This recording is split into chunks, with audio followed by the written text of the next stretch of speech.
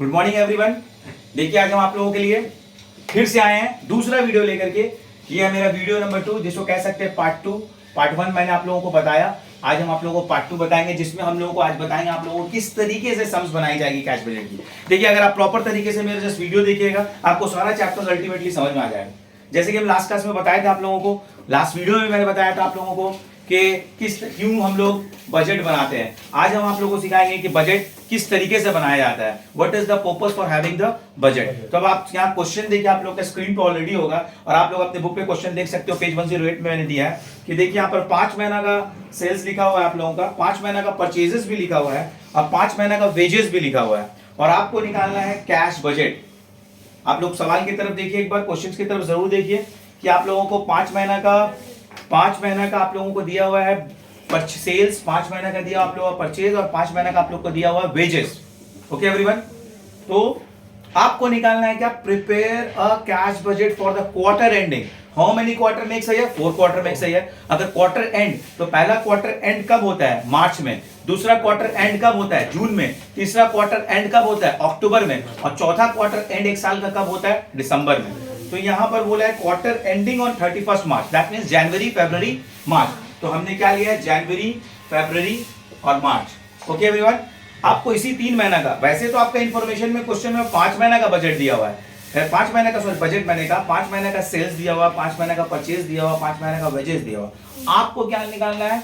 इसमें से 3 महीना का कैश बजट आप लोगों को निकालना है। उस 3 महीना का कैश बजट के लिए आप लोगों के पास क्वेश्चन ओपनली दिया हुआ है, आप यहाँ ध्यान से देख सकते हो। कुछ एडिशनल इंफॉर्मेशन है जिसमें ओपनिंग कैश दी हुई है, देन यू हैव सेल्स दिया हुआ है एंड देन परचेजेस दिया हुआ है, और फिर वेजेस 75% इन करंट मंथ दिया हुआ है, 75%।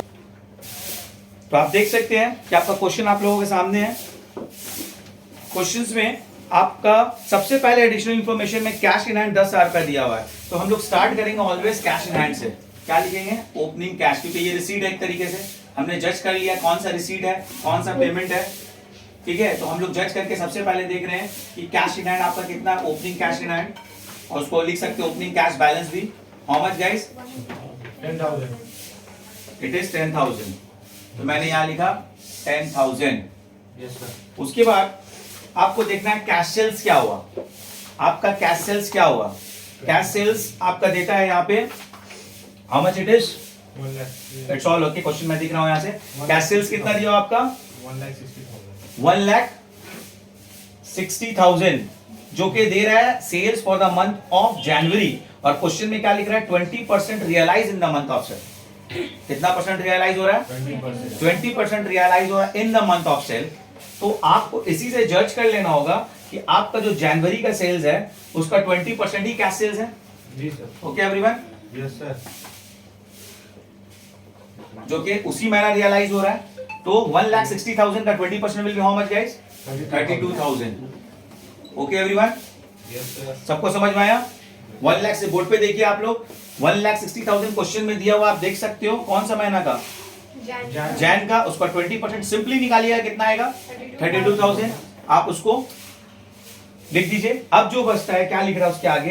Balance realise after 2 months. देखिए कैश बजट का होता क्या है, ये ट्रांजैक्शन पहले हो जाता है और हमको मिलता है बाद में। तो हम इस पॉइंट ऑफ व्यू से भी सोच सकते हैं ना कि अगर कोई पैसा अगर आपको आज मिल रहा है, तो अगर ये कहते हैं कि आज का चीज हमको 2 दिन बाद मिले, ऐसा भी तो बोल सकते हैं 2 दिन वो ट्रांजैक्शन हो चुका, वो आज मिल रहा है।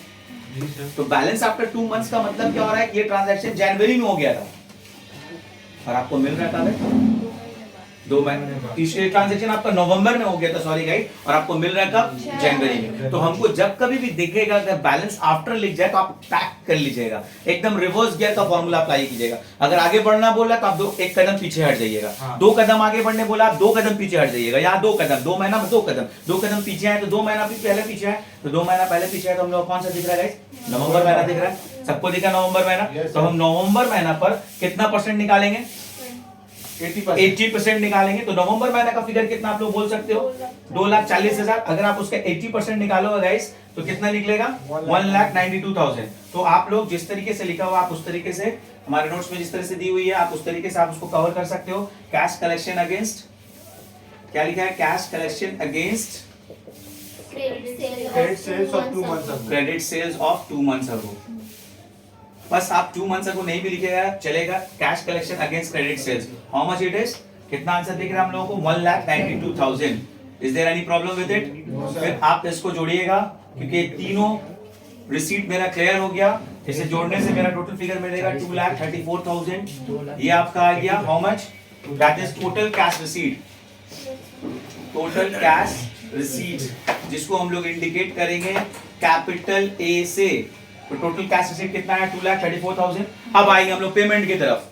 तो हम लोग सबसे पहला पेमेंट क्या देख रहे हैं कि यहाँ पर आपका purchase are paid after 1 month. Purchase are paid after 1 month. तो अब 1 मंथ का मतलब क्या होता है कि आप देख रहे हो कि आपका 1 मंथ जो लिख रहा है उसमें से आपका सबसे पहला परचेज कितना है आपका? आप देख सकते हो नवंबर महीना का 168, Yes, sir. 1,68,000। दिसंबर महीना का आपका है how much? 2 lakh. And then जनवरी महीना का आपका कितना? 2,08,000। तो अभी मैंने कहा कि आपको एक कदम आगे बढ़ने बोले, आप एक कदम पीछे हट जाओ। तो अगर आपका ये बात लिख दिया purchase are paid after 1 month, तो हम लोग को अगर हम जैन का निकाल रहे हैं तो हम किसका देखेंगे? दिसंबर का देखेंगे। तो हम दिसंबर का कैलकुलेशन में लिखेंगे, क्या लिखेंगे? Cash paid For credit purchase. For credit purchase. अब 1 मंथ लिखो ना लिखो that doesn't matter. How much you have paid the cash for it? That is 2 lakh rupees. इसे आपने सामने रखा, ठीक है। इसको आप इस तरह से डबल डैश दे दो। देन आपके पास क्या है? वेजेस। उसके बाद आखिरी जो खर्चा बचा है, wages are paid 75 in current month and 25% in the following month. तो 75% हम अगर निकालेंगे करंट मंथ का, तो अगर तुमको हम जैन का जैन में ही देखेंगे तो हम जैन का 2,08,000 का अगर हम 75% निकालते हैं तो कितना आएगा आपका? 2,08,000 का wages are paid 75% in the current month. आप कैलकुलेट में कैलकुलेट करो 2,08,000 into 75%। 2 lakh into 75%। 16,000, sir. 16,000 का 7 Wages, sir. Wages, sorry, I have seen the purchases. Just look at the wages, everyone. ठीक है, 16,000 is given directly. 16,000 is given directly. आप 16,000 यहाँ पे डाल सकते हो। क्या लिख रहे हैं यहाँ पे? 75%. Wages paid at the rate of 75%. How much it will be? 16,000 आपका दिया हुआ है करंट मंथ का। आप 16,000 से आपका निकालिएगा 75% विल बी हाउ मच? 12,000. 12,000। आप उसको 12,000 बढ़ाइएगा। एंड देन क्या लिख रहा है? 25% in the following month. Previous. तो 25 तो प्रीवियस मंथ देखेंगे तो हम लोग 24,000 को कैलकुलेट करेंगे और फिर उसमें लिखेंगे वेजेस पेड 25%। 6,000. 6,000. 25% 1 मंथ अगो यहाँ आपको मेंशन कर देना है, ठीक है। इसमें लिखो current month, Yes, sir. Current month. तो ये आंसर आपका कितना आएगा? 6,000। इसी तरीके से अब आपने टोटल करोगे आपको मिलेगा टोटल फिगर 2,80,000। Yes, sir. आप 2,80,000 को डैश किए तो आपका ये क्या निकल गया? Total payment. Yes, sir. Total payment, total cash payment लिखिएगा बी। टोटल कैश पेमेंट क्या हो गया? बी। तो आपका क्लोजिंग बैलेंस क्या आ जाएगा गाइस? 16,000. आप माइनस करो 2,34,000 2,18,000 तो आपका आंसर कितना गिरेगा? 16,000 रुपीज, जो कि आपका देखिए ये क्या हो गया? आपका सरप्लस में गया। अब इसे आपको फिर से दोबारा से ओपनिंग कैश बैलेंस में 16,000 ऊपर चले जाएगा और फिर इसी तरीके से आप फिर से निकालोगे। अब हमको बोलने का दरकार नहीं है, सारा चीज कंडीशंस में दिया हुआ है, हम जस्ट फिगर अप कर रहे हैं। आप लोग ध्यान से देखिए। दूसरा फिगर अप आपका कैश सेल्स कितना निकलेगा? 20%। Same way the figure will be 46,400। Okay everyone.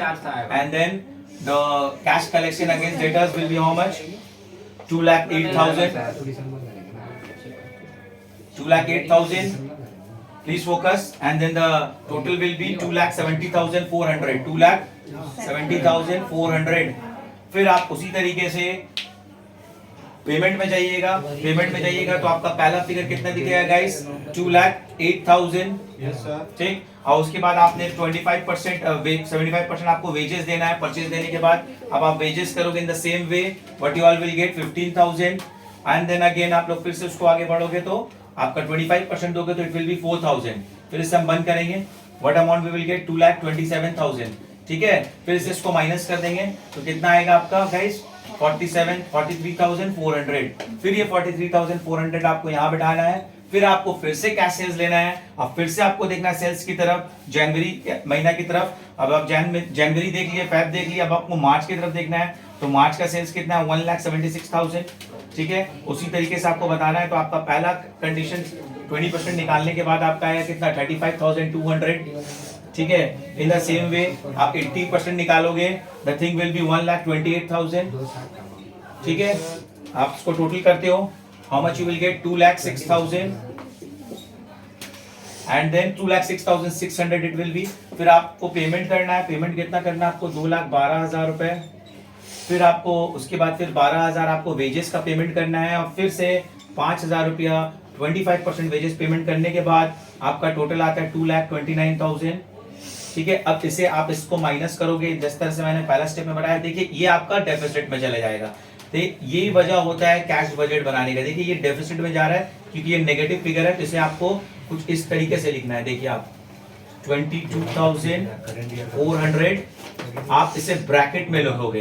Bracket will signifies that closing balance आपको A माइनस बी करके लेके आना है। A माइनस बी, जब आप माइनस करके ये लाए, देखिए आपका सरप्लस आया, ये भी आपका सरप्लस आया, बट ये आपका क्या हो गया डेफिसिट हो गया। तो आपको ये तो समझ में आ गया कि हमने कैश बजट बनाया।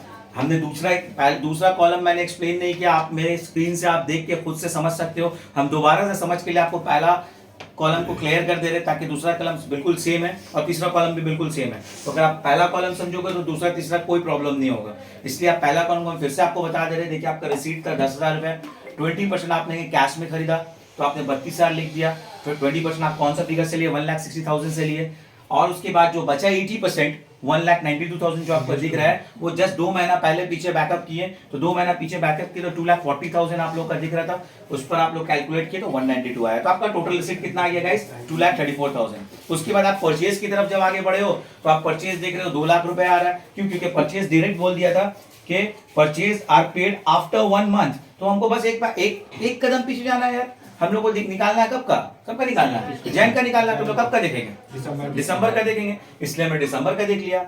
अब वेजेस के मामले में क्या था कि कह रहा है कि 75% in the month of sale, बाकी का 25% इन द करंट और बाकी का 25% इन द फॉलोइंग मंथ। उसके एक पीछे बैक, फिर से एक कदम पीछे, तो करंट मंथ बोला तो हम लोग कोई प्रॉब्लम नहीं होनी चाहिए। हम लोग सीधा वेजेस की तरफ देखे, वेजेस का फिगर था 16,000 रुपए, उसका हमने 75% निकाला 12,000 इन द फॉलोइंग मंथ। मतलब आगे नहीं जाना, आपको पीछे आना है।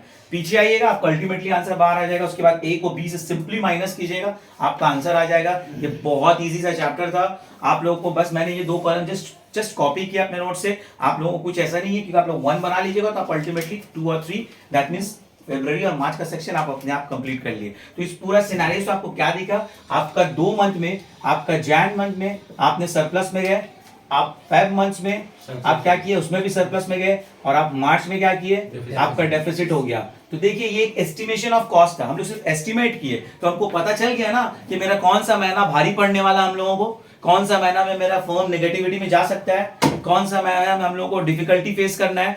तो यही एक प्रॉपर वजह है जिसकी वजह से कैश बजट बनाया जाता है। तो कैश बजट में ऐसा कुछ नहीं है। आपके एग्जाम्स में अभी कुछ ट्रांजैक्शन था 3 या 4 था, 2-3 और बढ़ जाएंगे। बस एक कंसेप्ट आपको याद रखना है कि अगर आपको फॉलोइंग मंथ बोला तो आपको आगे नहीं बढ़ना है, आपको एक कदम पीछे हटना है। ठीक है, और आपको करंट मंथ बोला तो आपको उसी महीने में रहना है।